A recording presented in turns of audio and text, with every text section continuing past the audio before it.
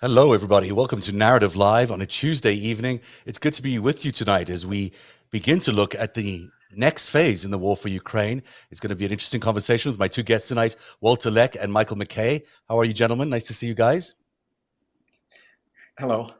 We'll introduce you a little bit more in a bit, Walter.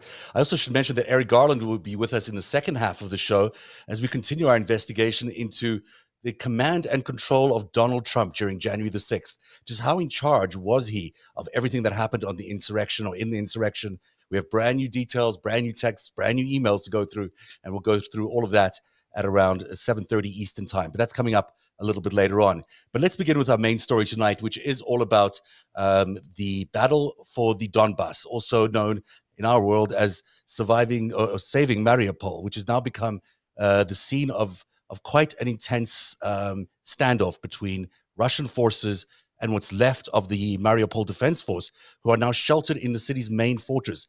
It's a place called the Azovstal Industrial Complex. We'll show you that in the map in a second. But it's a giant, very complicated maze of steel and concrete. And inside of there are about 1,000 people, maybe more, in terms of survivors or civilians from the initial attack on Mariupol, plus many armed forces. The Russians have given the people inside that compound a deadline. So far, that deadline has gone and passed, and the military that's inside that steel fortress is refusing to surrender. So we're looking at a very, very tense standoff. And our two guests tonight, you know Michael McKay pretty well. Michael McKay is our Ukrainian expert. Walter Leck is a new face to us here. Walter runs a really interesting Twitter Spaces, I guess is how you say it, Twitter. I would say Twitter Space. But because it's plural, it's a Twitter Spaces space. Well, it's all about people from Ukraine, whether they're joining internationally or from Ukraine itself, to get together on a 24-hour, 7-day-a-week basis. But before we talk a little bit more about that, Walter, why don't you tell us a little bit about your story? You're a doctor an obstetrician who left Ukraine 2 years ago, and then found yourself, with some of your friends fighting the war in Ukraine, and you decided to do something about it. Tell us a little bit more about how you started the Twitter space. He just logged off. I don't know. I hope it wasn't the question because it seemed like a pretty easy question. We'll find out what happened there with Walter. I think he might have just pressed the wrong button. But Michael, while you're still here, and hopefully you don't click off from my very, very tough next question. Let me see. Hands off here. Let me see if he's back. I can just get him on. Oh no, I messed up my board here. Let's see if he's back. Here he is. Hey, Walter, you back with us? Yes, and now I can hear you. Finally. Oh, you couldn't hear us before. Because I was patiently. Okay, I'm glad you can hear us. Well, I was just asking you to tell everyone about your story, about how you decided to start the Twitter space for Ukrainians, and how you've been running it now for 50-something days. Yes, thank you. Well, it was somewhat of an ad hoc effort.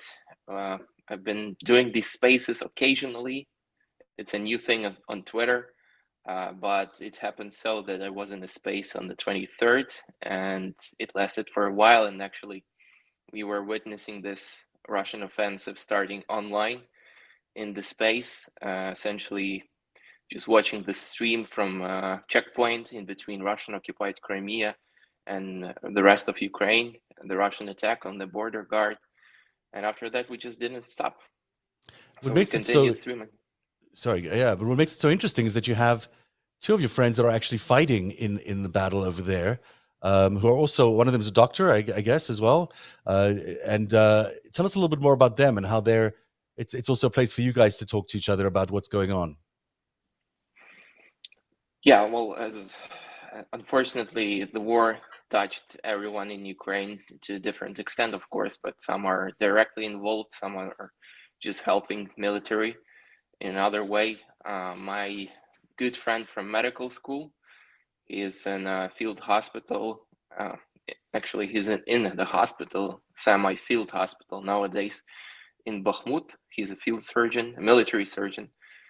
And my other best friend is right now in 125th Territorial Defense Brigade in Lviv, and a couple of friends in TDF in Kyiv who weren't that active or fighting, as well as the one who is in Lviv, because they are being trained mostly as the reserve units, and a couple of friends in Aerorozvidka who essentially do the drone reconnaissance part, and they're directly involved.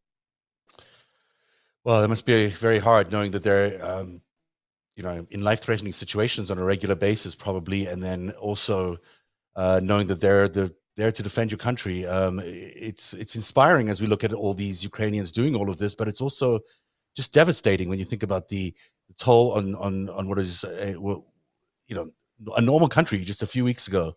How do you feel about how things are going there right now?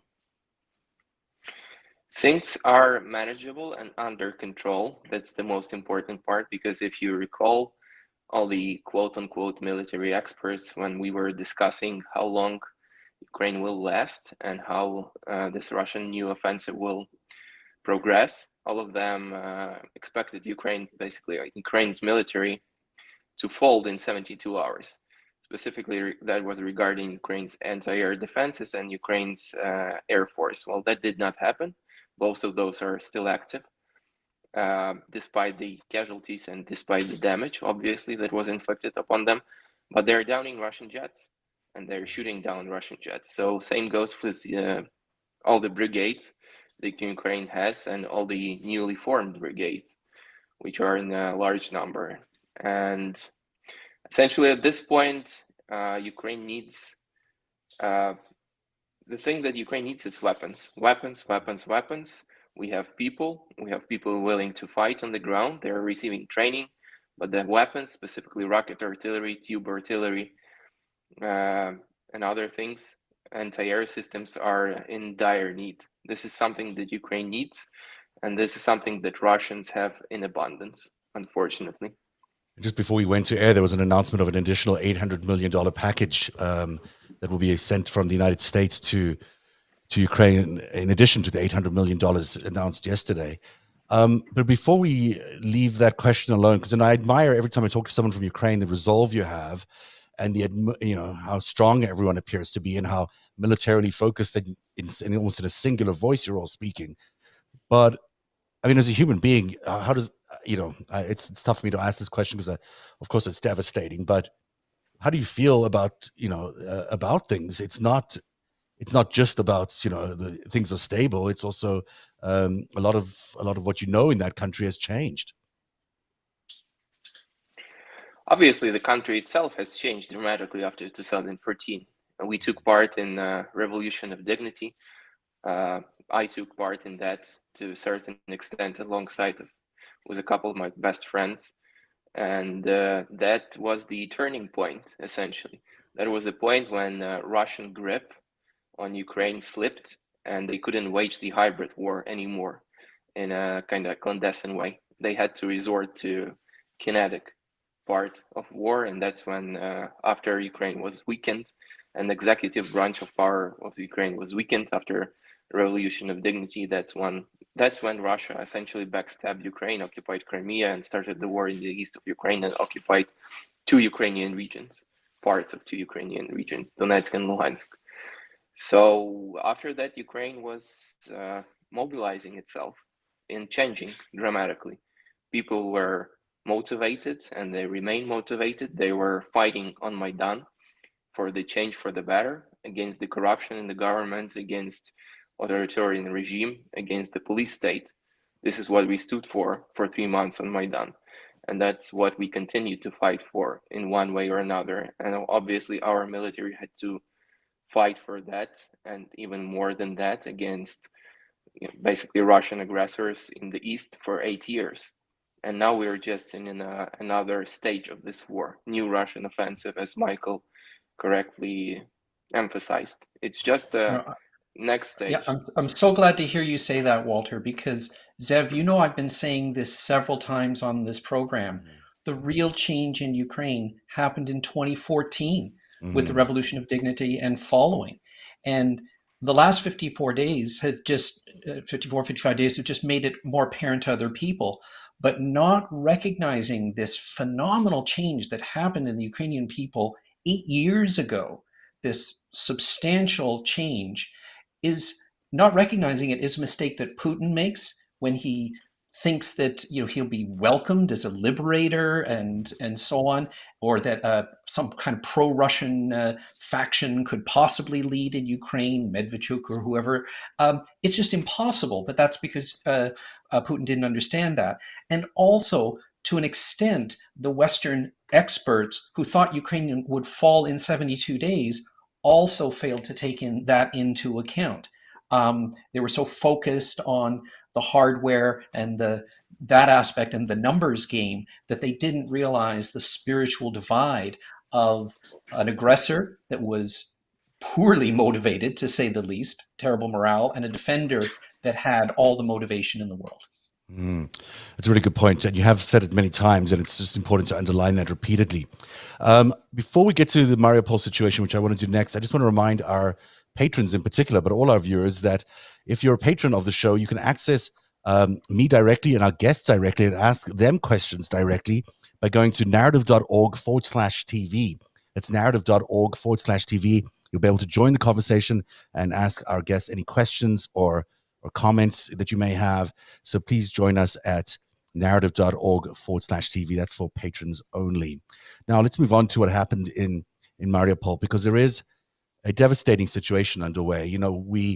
We all understand that there is now a much bigger offensive on the Donbas. It seems that both sides, both the Russians and Ukrainians, have emphasized that entire area is now being contested. But in Mariupol, there is a tiny little stretch of land that is what remains of Ukrainian stronghold in Mariupol. And I'll just put up a little map here that shows you all the red areas basically controlled by the Russians. And this small little uncolored area, this yellow area here, is where the Ukrainians are, and largely the Azov battalion are based right now, and that's where they're doing a lot of the fighting right now. It is a steel complex where built by the Soviets, so it's a fortress. It really is made of steel and concrete. Lots of underground shelters.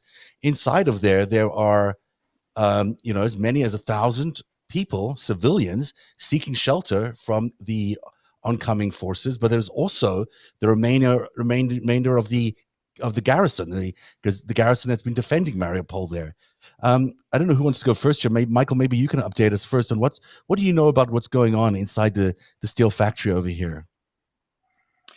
Well, of course, it is grim to be besieged in a tightening circle. We know that the Russians are bombing the Azovstal plant with strategic bombers, with very heavy bombs, airdrop bombs. They bombed a hospital close to that area, the last functioning one in Mariupol. So the conditions are grim, but on the other hand, I saw video released today of Azov battalion soldiers destroying a armored personnel carrier of the Russians on the street, soldiers taking selfies of each other. So they have internet and they are fighting.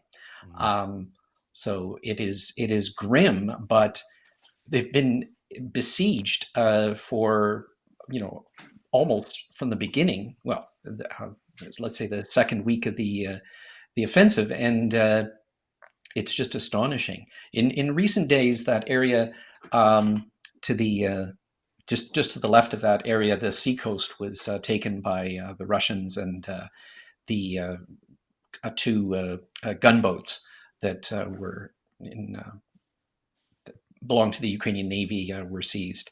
Yeah, and the area just to the north up, there was a small area there was taken. So it's now the area of this steel plant that is under Ukrainian control. But Azov sent a message saying, we will fight as long as we have ammunition, and then we will fight hand to hand.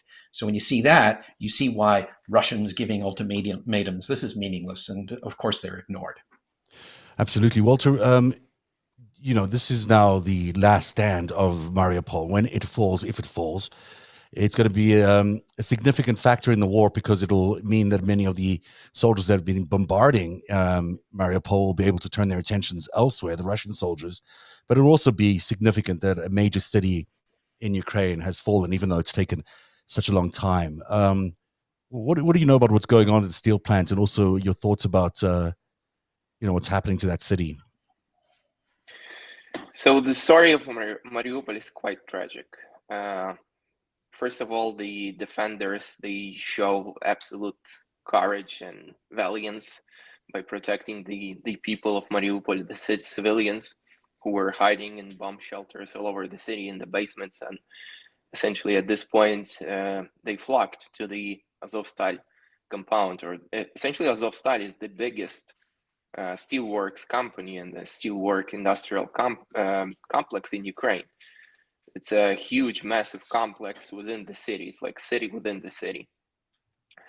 So this is, again, yes, you're correct. This is the last stand of Azov Regiment, the last stand of the 36 Marine Brigade units who are in the city. And both of these, alongside with some smaller units of Ukraine's border guards and attachments from Ukraine's National Guard, this is their last stand, and they're protecting civilians, at least 1,000 of civilians who are hiding underground. And the ultimatum from Russian aggressors, from Russian invaders, was essentially we are to start bombing the whole thing with a 3-ton or 3,000-kilogram bombs. So the things can penetrate, essentially bomb shelters, kill civilians who are hiding inside of those. Just because Russians have hard time was dislodging Azov and was dislodging 36 Marine Brigade. So again, another incident of complete disregard of civilian lives, and they just use civilian lives as a bargaining chip, essentially, to get and eliminate essentially Ukrainian defenses in that area. But again, it's just a prowess of Azov fighters, prowess of Ukrainian Marine 36 Brigade, who defend the city and protect the civilians, and a testament to their will and unyielding, essentially, valiance in protecting the city. And again, it's Azov Regiment who are doing the heavy lifting alongside with the Ukrainian Marines. Yeah, this is the commander of that brigade. I'm not sure I'm saying his name correctly, but Sergei Volodymyr, I think. He's the one who said that he'll continue to conduct operations and to complete military tasks as long as we receive them. He says he's got no intention of laying down their weapons at all. No one believes the Russians, he says. He goes on to say that every last attempt to have safe passage from Ukrainians in that city or from that city has been, as you know, many of them has turned out to be deadly for the people escaping. And so he's not going to bow to any demands from the Russians, as you point out, a real act of valor there. But it also speaks to the enormous amount of war crimes that have happened in that city and elsewhere in Ukraine, but specifically in Mariupol. I mean, what we are going to find out in the coming weeks is how devastating the scene is there, with tens of thousands of people probably killed. Yes, but the problem is most likely we will not, unfortunately, and we should keep this in mind because Russians deployed a number of field crematoriums, and they're essentially eliminating the war crimes and the evidence of war crimes. They're burning the bodies of civilians, and essentially the estimate is that approximately 20,000 civilians were killed in this city. And again, the city it's a huge city. It's like San Diego in USA. This is the site of the city. It's more than 500,000 city. Probably it was even reaching 1 million because of all the refugees from Russian occupied Donetsk and Luhansk. So this is the scale of the atrocities. This is the scale of Russian war crimes. And again, Russians are attempting to conceal, to hide that. And all the attempts to establish humanitarian corridor from Azovstal were denied by Russians because they essentially want to wipe out all the witnesses.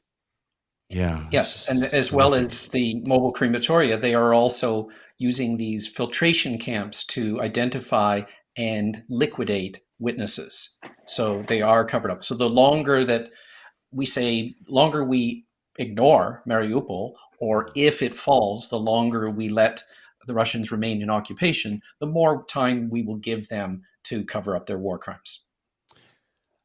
I got a sense today, listening to Zelensky and others, that this is going to be a much more difficult phase than the first phase of this war, and that seemed like a very difficult one already. But the sentiment seems to be that there's no guarantee here that Ukraine will prevail, and that sort of the optimism in the West might be a little bit overblown, and maybe even in Ukraine might be a little bit overblown. That there is a lot of optimism, but still, Russia is massing a huge number of forces along the border there.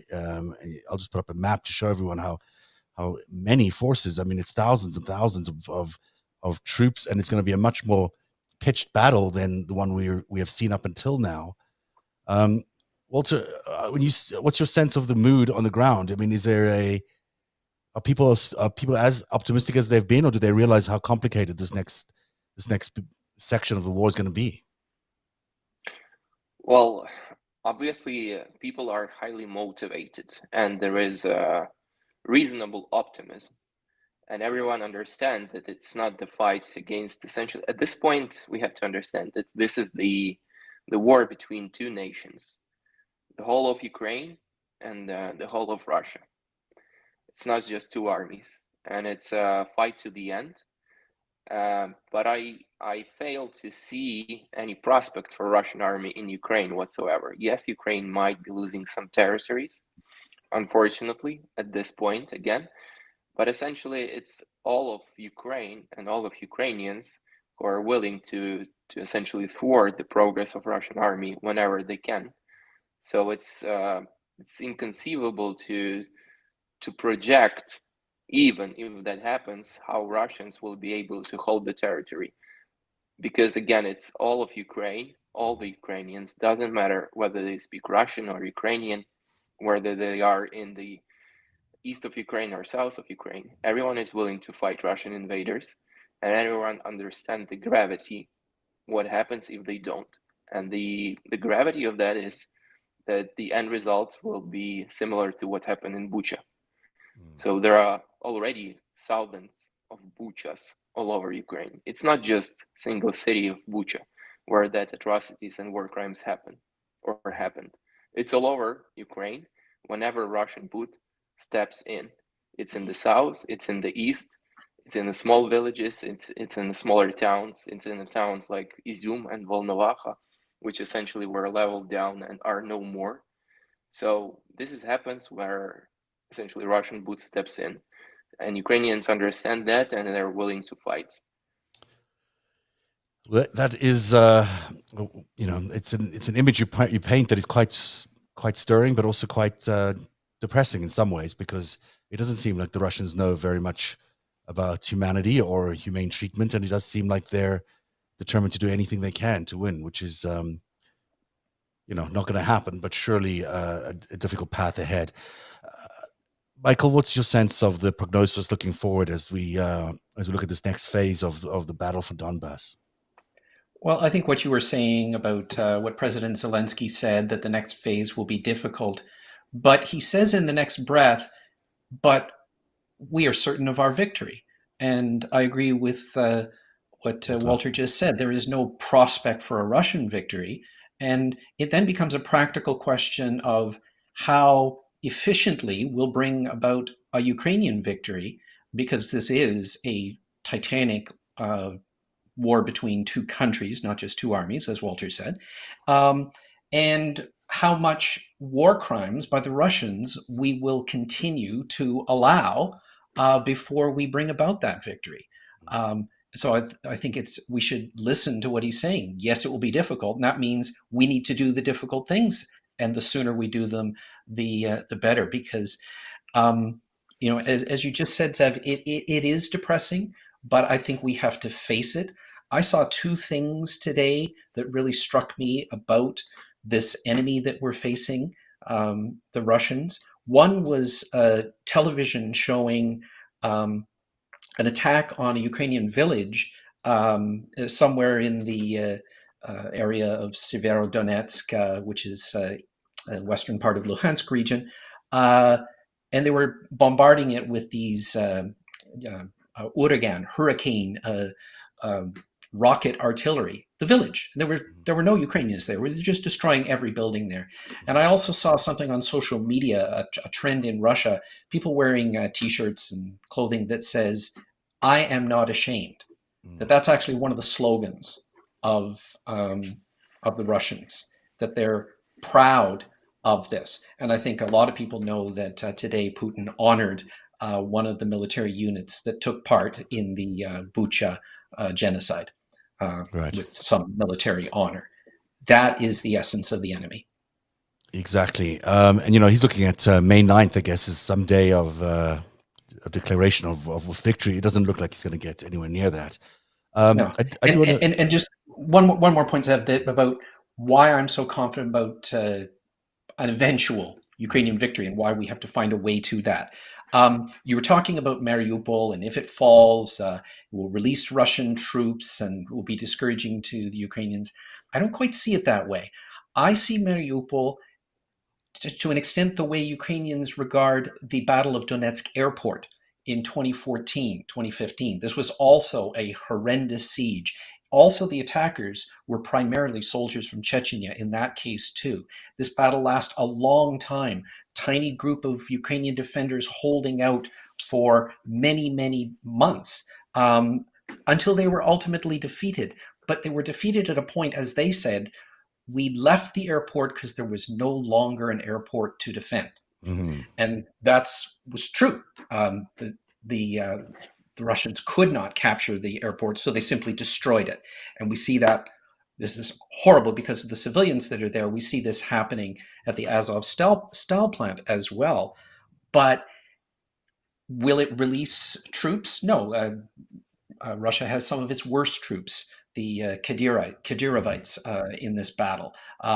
Will it motivate the Russians more? No, it won't. And actually, it will steal the resolve of Ukrainians because they will. The story of the Azov Battalion, the 36th Marine Brigade Division, will be thought about the same way that the cyborgs were from the Battle of Donetsk Airport, and they will enter into legend like that. They already have. I just want to, before you leave, I just want to share one little note here. This struck me today as a little happier note, even though it's still an image of war. But this guy is really a cute little guy. His name is Patron, which, by the way, in Ukrainian means, I guess it means ammo. Is that right? Is that what it means?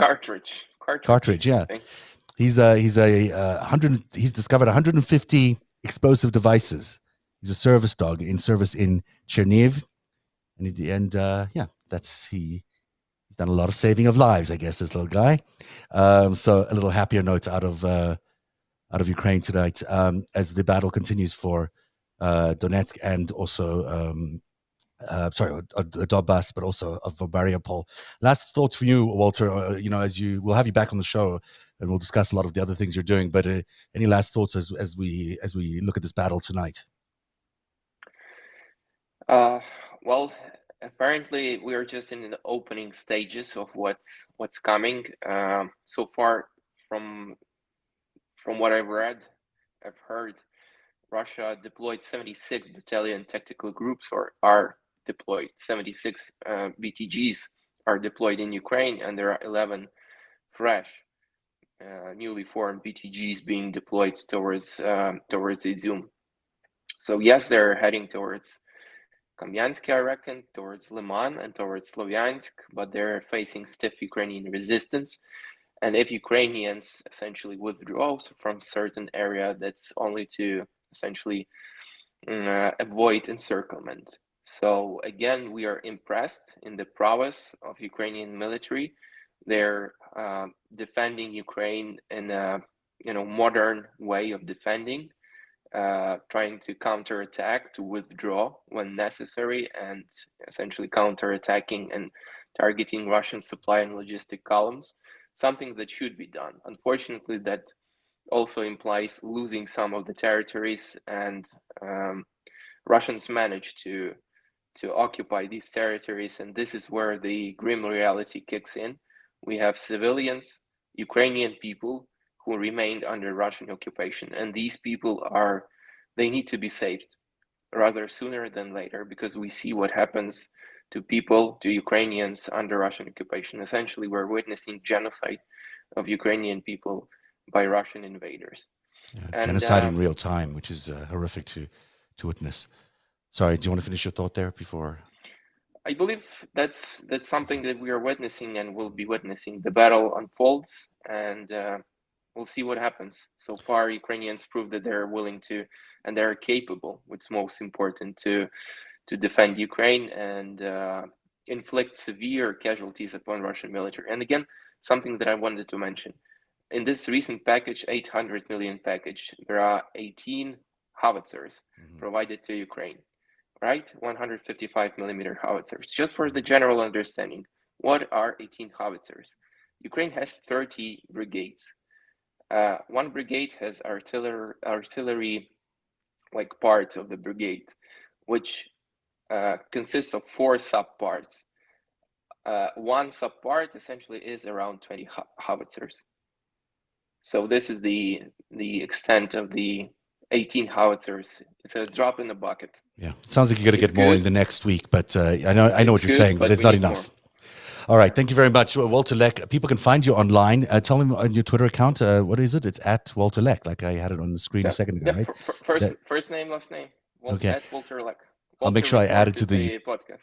I'll put it on the feed down below here as well. And also, if they want to check out your Twitter Spaces, they'll find out by going to your Twitter account. Is that correct? Yeah. And Michael McKay, tell everyone your Twitter account. I'm at MHMCK. Thank you both for being here tonight. I'm sure we'll have you back on the show. And thank you for your very honest and generally upbeat thoughts about what's going to be going on in the next few weeks in Ukraine. It's going to be tough, but it does feel like the Ukrainian people are just unbelievably strong in this fight. I'll be back with Eric Garland in just a minute. We'll talk a little bit about what's going on with Donald Trump and January the 6th. That's next. Through COVID, corruption, and a coup to a war in Ukraine. At Narrative, we've been telling you the truth about Putin and Xi since 2016. Narrative, it's where truth lives. And here we are. Here's Eric Garland. How are you, Eric? Hello, Zev. How's it going? Never a dull moment, sir. It's never a dull moment. And boy, there's so much news. We're trying to cram 2 shows into one these days because, otherwise you just don't get a chance to talk about the big stuff that's going on in the world. And, you look the visuals out of Mariupol, just the scene at that steel plant just looks devastating, absolutely devastating. And, one wishes all the people there the best, but it doesn't look like a very easy situation for anybody in Mariupol. That's anyone's left there. Well, I was watching the previous segment and just the phrase under occupation by the Russians. It just conjures certain images, and enough people in the world have had it happen to them, and it never looks very fun. Yeah. So let's move on to something not necessarily more fun, because it entails the democracy we live in and whether it will sustain itself into another election. But let's talk about just on a lighter note, remember, I think we're setting the tone for the audience here. Yeah. That if you end up on Narrative Live with Zev and Eric, something's gone horribly wrong for you. Yeah, you might want to think about something else. You might want to think about your choices in your life. Your life choices. Yeah. But yeah, let's talk about. No, it's fine. I need a laugh after that segment. It's so hard to cover this Ukraine story because you're constantly and the dog. bombarded. I love the dog because I'm sending, a lot of people are telling me they jump on Twitter, they jump on social media, and they just shut it right down because there's the real time images of war, and it's hard. And it's like a dog that saves people. The little images of happiness and that the human spirit that will not be crushed. And the dog he's so proud of it. He's so happy. Patron, it means ammo. I didn't know that patron means ammo, but it's a good cartridge. Cartridge. No, cartridge. Yes, cartridge, for a weapon. Sure. Yeah. So cool.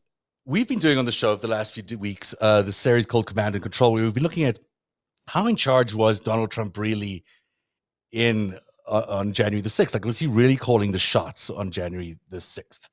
And there's an increasing number of evidential points, facts, and other things that point to him actually being quite in control in the months and weeks leading up to it, but also on the day.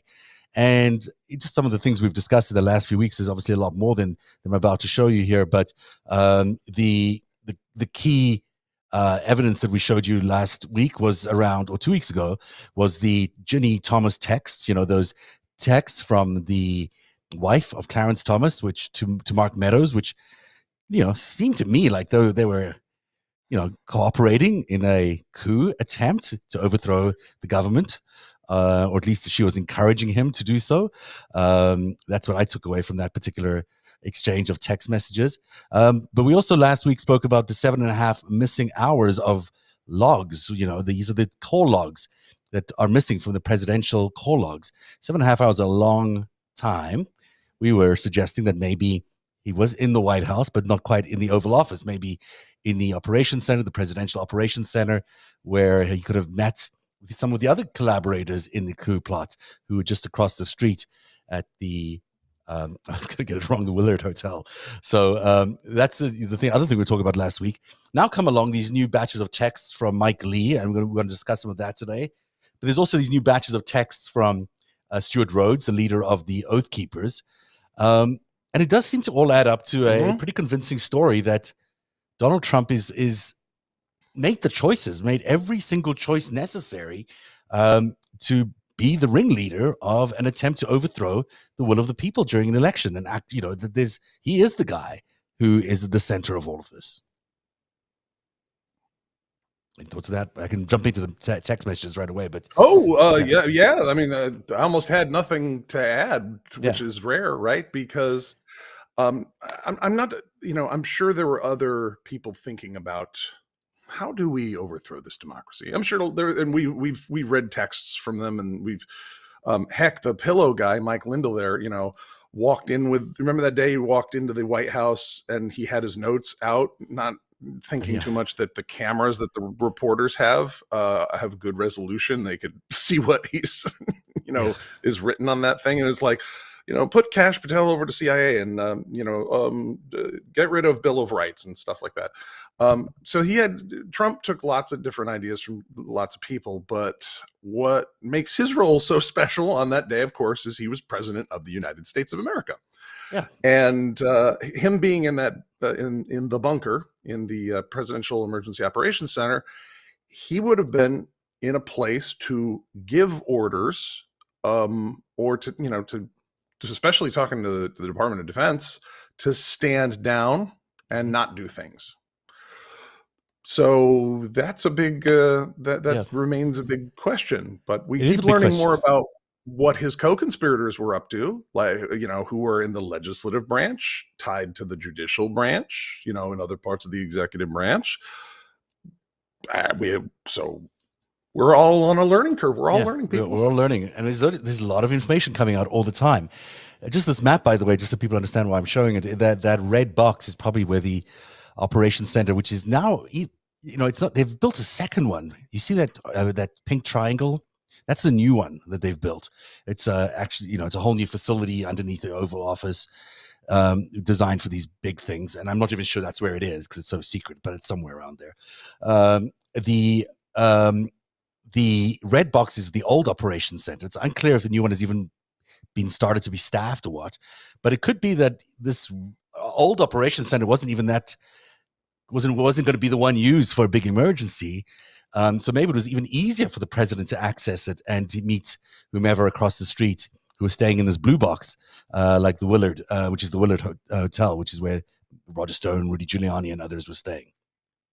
Okay, so if you look at where your teal meets your red line there in the East Wing, the operations center is like straight underground from there. Right. According to the maps I've seen. How far does it go out? Look at this, there's a lot going on in that part of the world. Yeah. And a lot of it we don't, it's classified. It's a good thing we don't know with all this information. We do know that this yellow box exists. This is the secret official exit to the White House. It's they call it now an unmarked exit because it's no longer that secret. But there is a way out of the White House through this tunnel that takes you to H Street. We were supposing that maybe there's one that connects the tunnel under the Willard Hotel to that tunnel, and maybe you could also get from the Willard Hotel to the Treasury and then through to the White House unnoticed, where you could have meetings. Who knows? We'll find out in the next few days or weeks as where Donald Trump really was on that day. I found this great clip, though, and I've held on to it. Sometimes I find a clip and I'm like, I'm going to keep this one in the bank. I'm going to need it one day because I'm sure he's lying. This is Mark Meadows. I'm not even sure the date, but it was months ago. As all the stuff was, as Bannon was indicted for contempt of Congress. Here's Mark Meadows explaining. Sorry, I just love the process. They're like, hold on, we're all in front of our computers. Hold on, let me, select, click, copy, paste, new file. I think he's lying. Let's just save this for next time.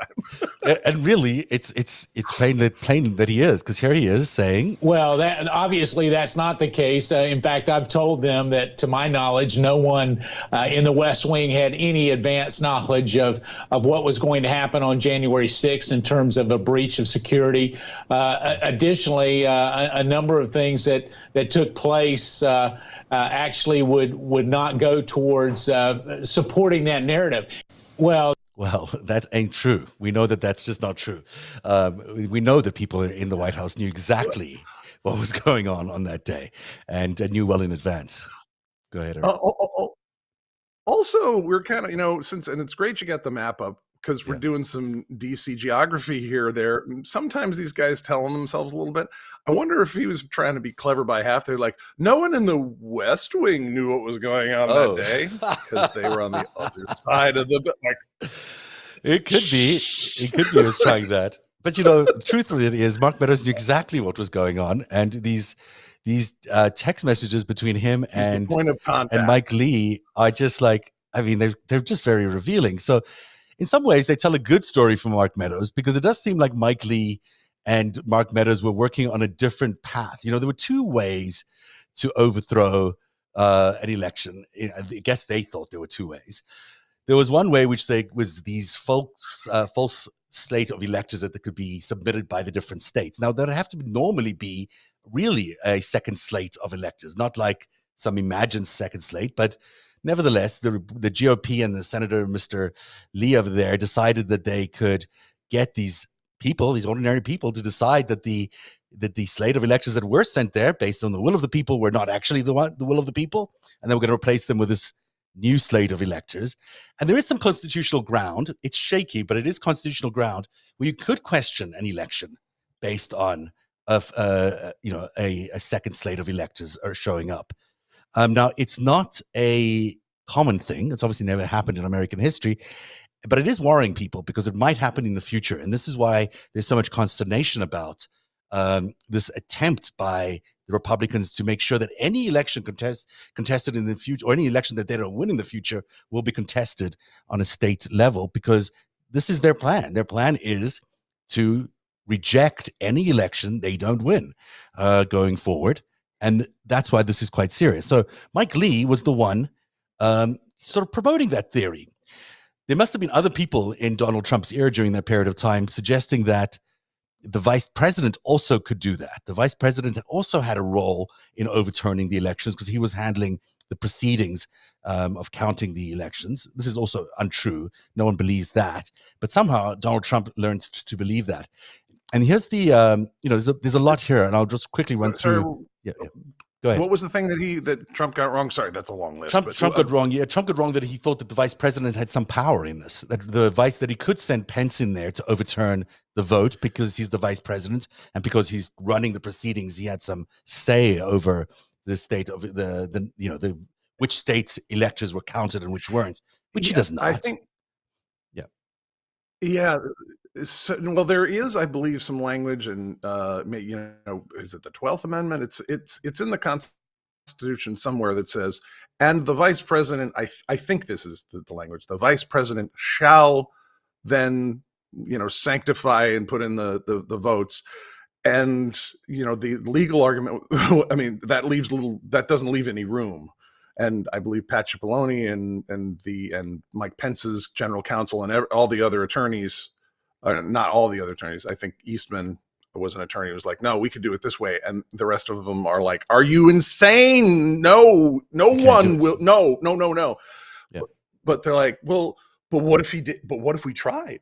You know. Well, this is the thing. I mean, there were so many people, even before the elections, making such an attempt to try and overturn the elections because they knew he was going to lose, that these text messages are just quite revealing. Now, the first few are not really worthy of us going through in too much detail, but they are essentially Meadows and Mike Lee, discussing that they are planning to overthrow the election going forward. And then there's various ways of doing that. And at one point here, Mike Lee sends a note with a bunch of other people to Mark Meadows, which says, "We, the undersigned, offer our unequivocal support for you to exhaust every legal and constitutional remedy at your disposal to restore Americans' faith in our elections. This fight is about much more than just this election. This fight is about the fundamental fairness and integrity of our election system. The nation is depending upon your continued resolve. Stay strong and keep fighting, Mr. President. Sincerely." And then it goes through a bunch of people here, which includes Lee and Congressman Mike Johnson and a bunch of other people. So this is them saying, "Hey, we back you here. Go for it, buddy. We'll support you." Then comes this next page of back and forth where we've got Mike Lee to Mark Meadows saying, "We're sending this as a private communication from us to him through you, but we are not issuing a press release. Use it however you deem appropriate. And if it's helpful to you for you to leak it, feel free to do so." Mark Meadows responds with a question mark. Mike Lee responds, "Sidney Powell is saying that she needs to get in to see the president, but she's being kept away from him. Apparently, she has a strategy to keep things alive and put several states back in play. Can you help her get in?" It was at the president's request that Sydney has been working on a strategy and has been trying to get in to see him, but she's been kept out. And then from Mike Lee to Mark Meadows, he gives her his Powell's email address and phone number. So this is interesting that it was, Mike Lee who is the champion of Sidney Powell's efforts, which is surprising to me. I didn't expect him to be the guy pushing her into the White House, even though her strategies turned out to be like way off base. Well, and she, before that, she was Mike Flynn's attorney trying to get him off of, before Trump just went ahead and pardoned him. So, Flynn was, so Mike Lee's pretty tied to Mike Flynn. You would think so. You'd think that there's some sort of connection there, because it does seem like that whole crowd, they did get to see her. They did get to see the president, at least, on December 18th, if I recall correctly. Flynn and Powell and who else was there? I may have even been some congressional leaders from House, from Senate, from state senates, or state congressional leaders, I should say, present there as well. I'm not sure who else was there. I know Meadows was there, but I don't know if Mike Lee was present at that meeting. But it does seem they got in, on December 18th. That's where they got the approval for the plan for January the 6th. That's how we know that happened. So, it's interesting that they were coordinating this with Sydney as early as November. I mean, just think about how early it was. 4 days after the election, and they were just getting around to calling some states because things were slow. Yeah. And so much has happened. We kind of forget, COVID, was all over the place. Things were shut down. It was, which made voting hard. So you had, mail-in ballots. And of course you had Louis DeJoy, who's, messed up the post office, which we covered here on Narrative. So much. And so 4 days, that was 4 days after the election. It even I believe even the TV news it wasn't quite like, they're like, well, Biden pretty much won. They didn't. Yeah. It wasn't like normal, boom. No, they were still afraid to make the final call. So, meanwhile, we now know that in those days there was this turf war going on as well between Mike Lee and Ted Cruz and our friend Josh Hawley, because in this particular set of exchanges, Mike Lee's telling Mark Meadows that he has grave concerns with the way his friend Ted is going about this effort, and I presume his friend Ted is Ted Cruz. Because I can't imagine who else it would be. He says this will not inure to the benefit of the president.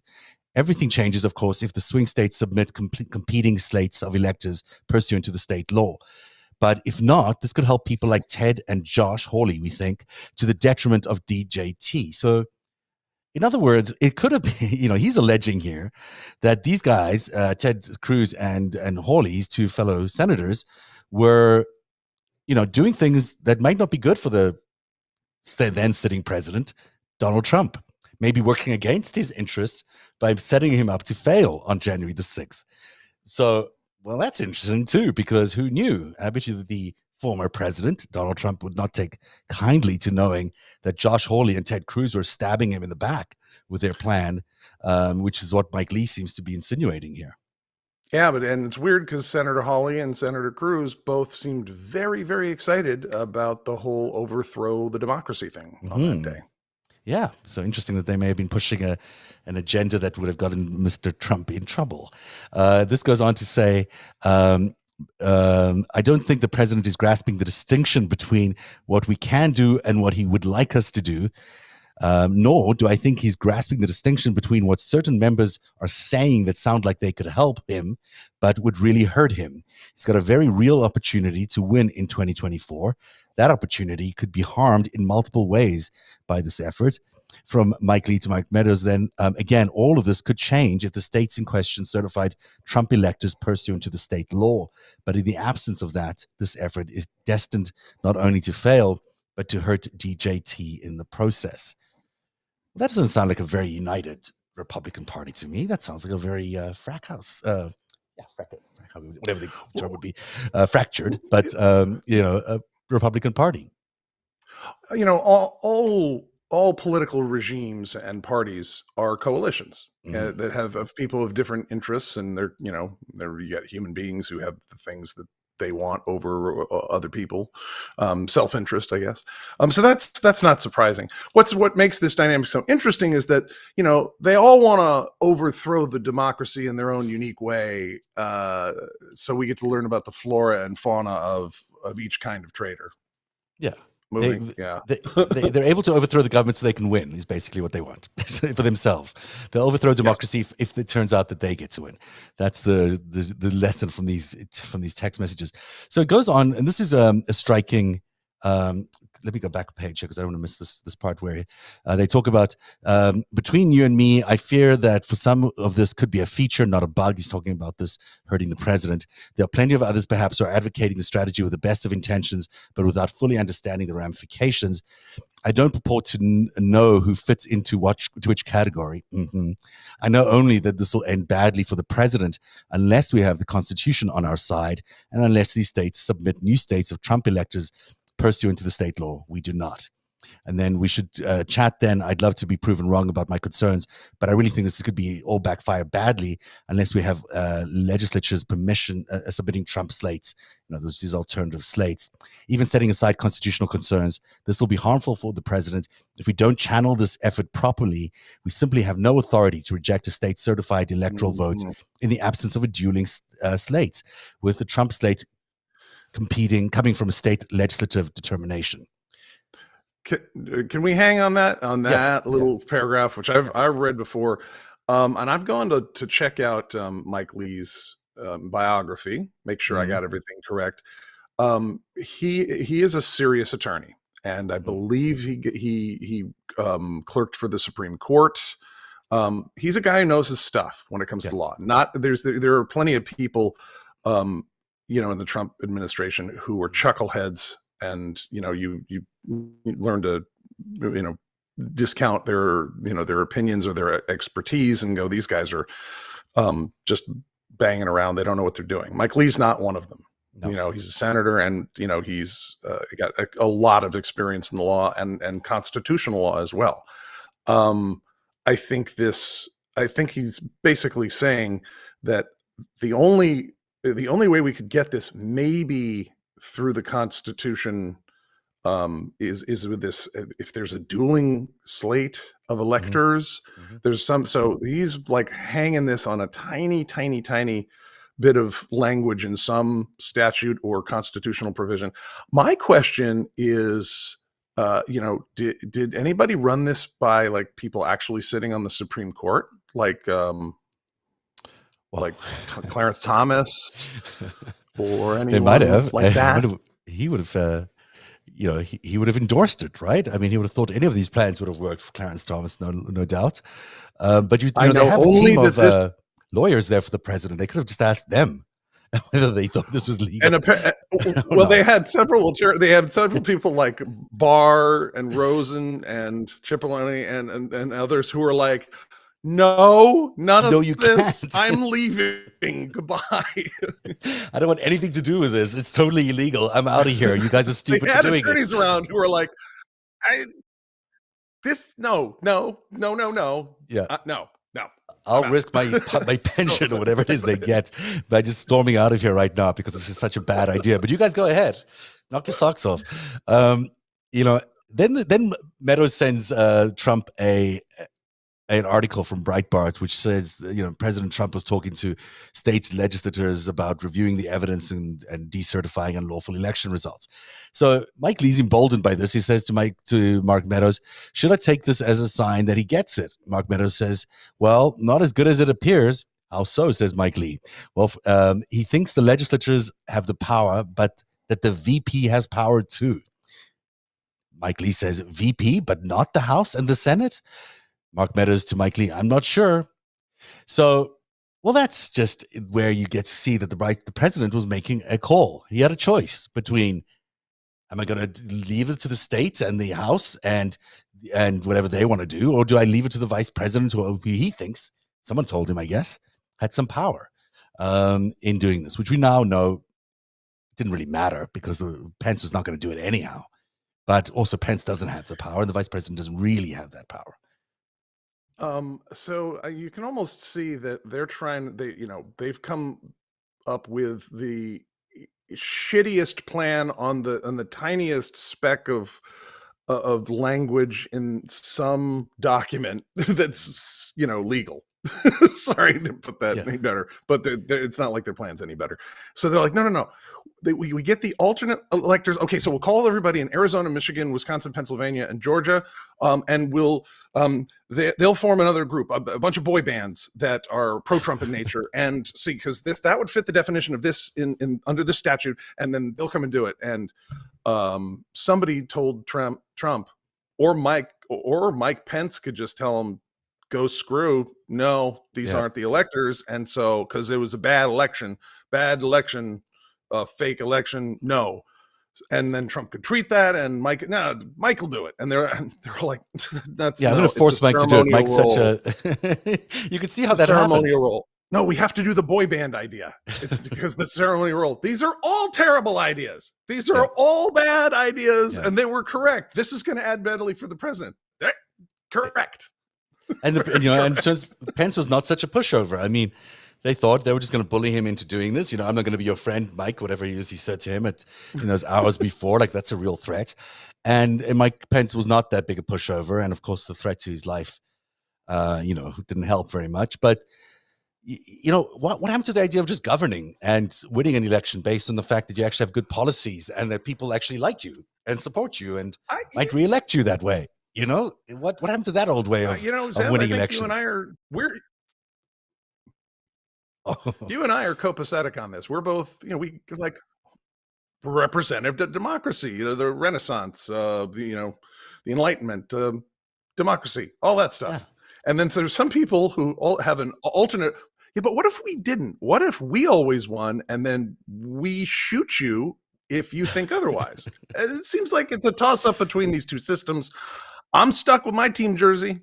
Yeah, I mean, it seems like a better way to go. I just feel like if we just if we could just go back to the way things were, where we just did things based on policy, we wouldn't have to deal with this every few years, which is going to be what we do now for the next few years. That every time this corrupt party gets into power, they're going to be claiming that they can be thrown out of power, which is, just it's not sustainable. I'm sure they realize that it's not sustainable, and surely they realize something needs to be done. I'm just not sure it's being done. And this was the article in the New York Times today, which also is raising a lot of concern around, what happens if next time, Trump is elected, if he is elected, if anyone from that party is elected, and they just refuse to certify a loss by him. That is it. That's game over. That's the end of the Constitution. It's the end of America.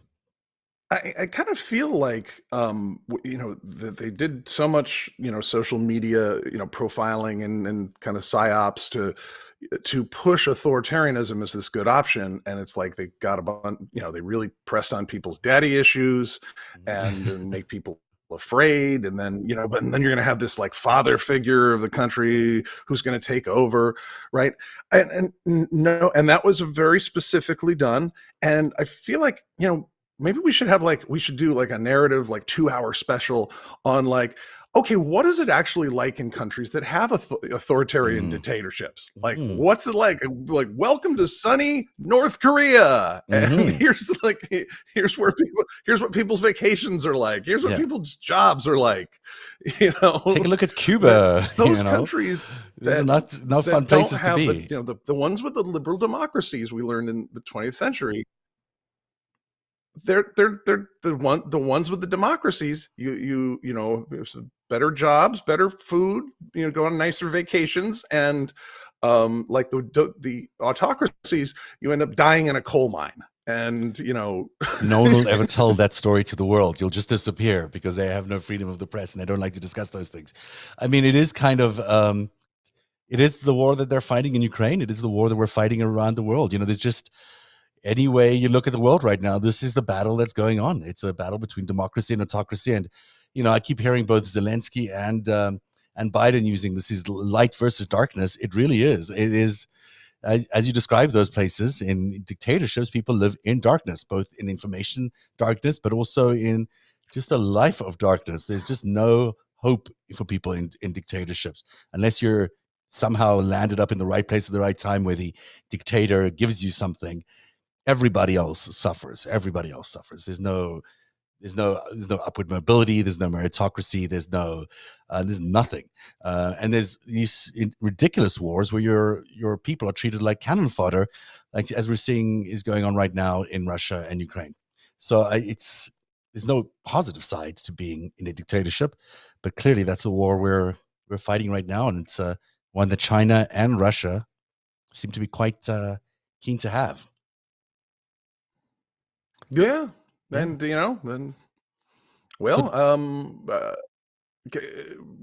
I like our system better. I mean, and it's hard to say that if you know America's history and you know how messy democracy is.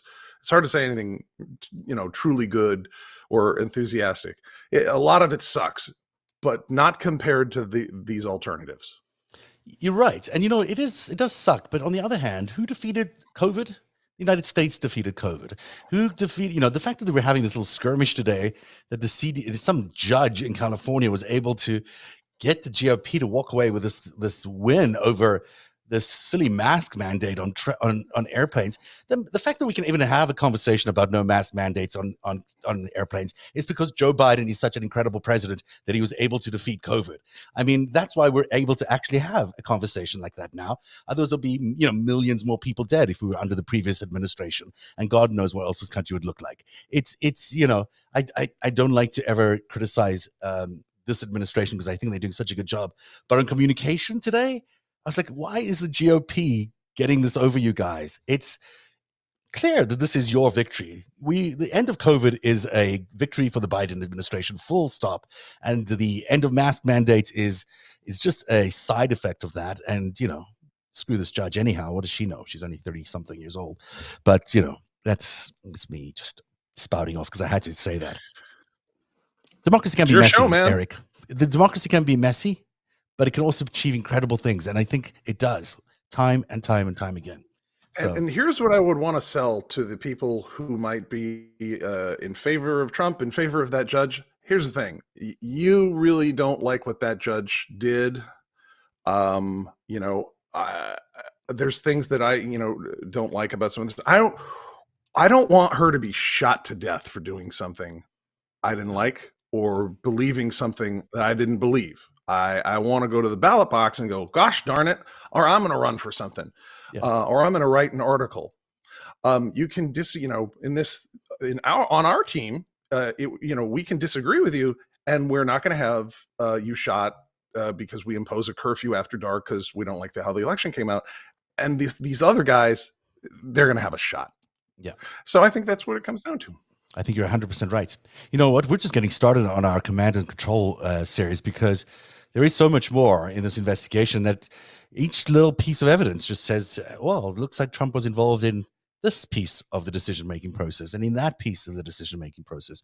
And maybe in every piece of the decision-making process, that it is going to be very hard, I think, for this commission to not conclude that Donald Trump was in command and control of January the 6th and the insurrection. And who knows what happens at that point for the DOJ and others, but that'll be, I'm pretty sure that's where we're heading come public hearings at the end of May and June. Well, Jamie Raskin came out and said there are more crimes that we haven't discussed yet that we will. Yeah. So this is a prelude to that. And we'll keep doing that on Narrative. We'll be back tomorrow. Eric and I will be, hopefully you'll be here.